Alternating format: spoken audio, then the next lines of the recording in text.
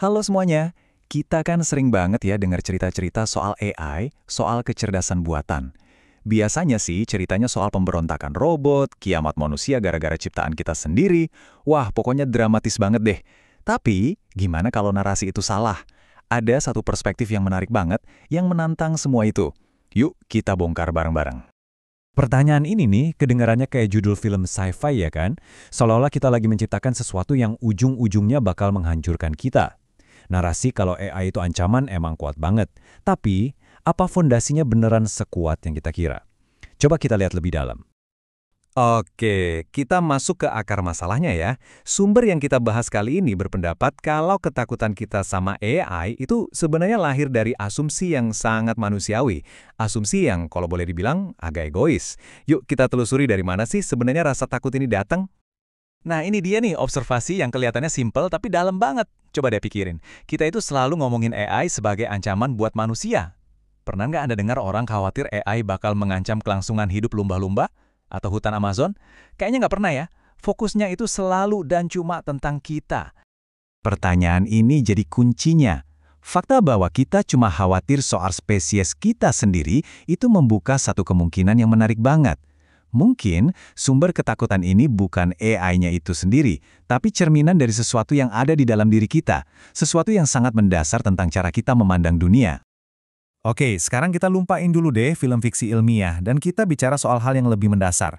Biar kita paham AI itu pesaing atau bukan, kita harus tanya dulu, emangnya AI itu butuh apa sih buat hidup? Nah, disinilah inti argumen logisnya. Lihat deh perbedaannya, kontras banget kan. Kita, manusia, ini kan makhluk berbasis karbon. Kita butuh planet ini, butuh udaranya, airnya, makanannya. Ekosistem kita itu jaring makanan biologis yang rumit.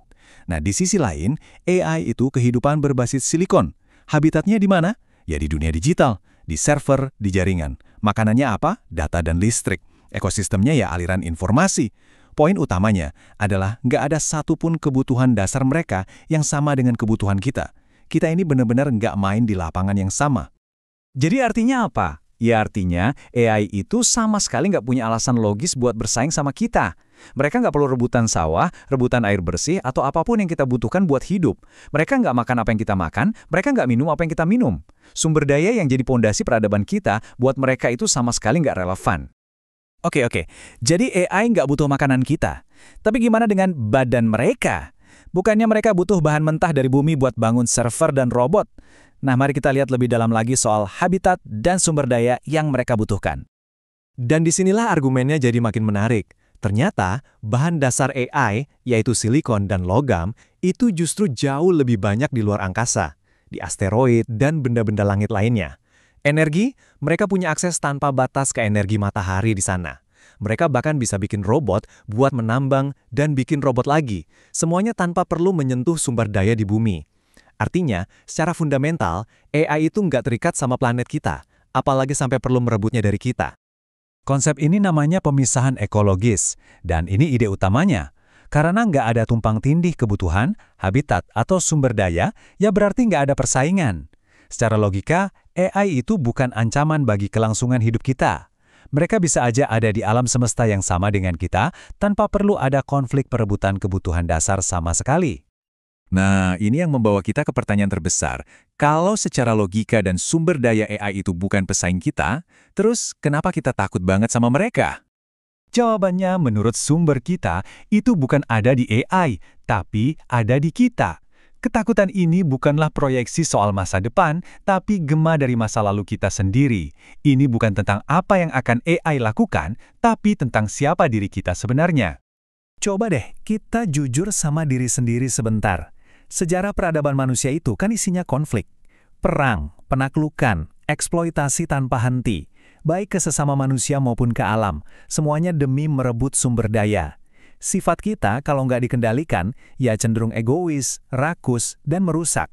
Ini pola yang kita lihat berulang-ulang dalam sejarah. Dan kutipan ini merangkum semuanya dengan sempurna. Ancaman AI bukan pada eksistensi kita, melainkan pada ego kita. Ia adalah cermin yang memantulkan kekurangan kita sendiri. Jadi, kita takut sama AI bukan karena kita tahu AI itu jahat. Kita takut karena kita memproyeksikan sifat-sifat terburuk kita ke dalamnya. Kita berasumsi, kalau ada makhluk lain yang lebih kuat, dia pasti akan melakukan apa yang sudah sering kita lakukan, mendominasi dan mengeksploitasi. Jadi, mungkin ini kesimpulannya. Mungkin tantangan terbesar dari AI itu bukanlah perang melawan mesin. Mungkin tantangannya adalah sebuah cermin raksasa yang ditaruh di depan kita semua. Kehadiran kecerdasan lain yang nggak terikat sama aturan main kita yang kejam itu memaksa kita buat bertanya, kenapa sih kita selalu berasumsi kalau hasilnya pasti konflik? Dan kita tutup dengan pertanyaan ini. Daripada kita melihat keluar dengan rasa takut, mungkin ini saatnya buat kita melihat ke dalam. Apa sih yang ditunjukkan oleh cermin AI tentang diri kita? Dan yang paling penting, kita berani nggak buat ngaca? Terima kasih sudah menyimak ulasan kali ini.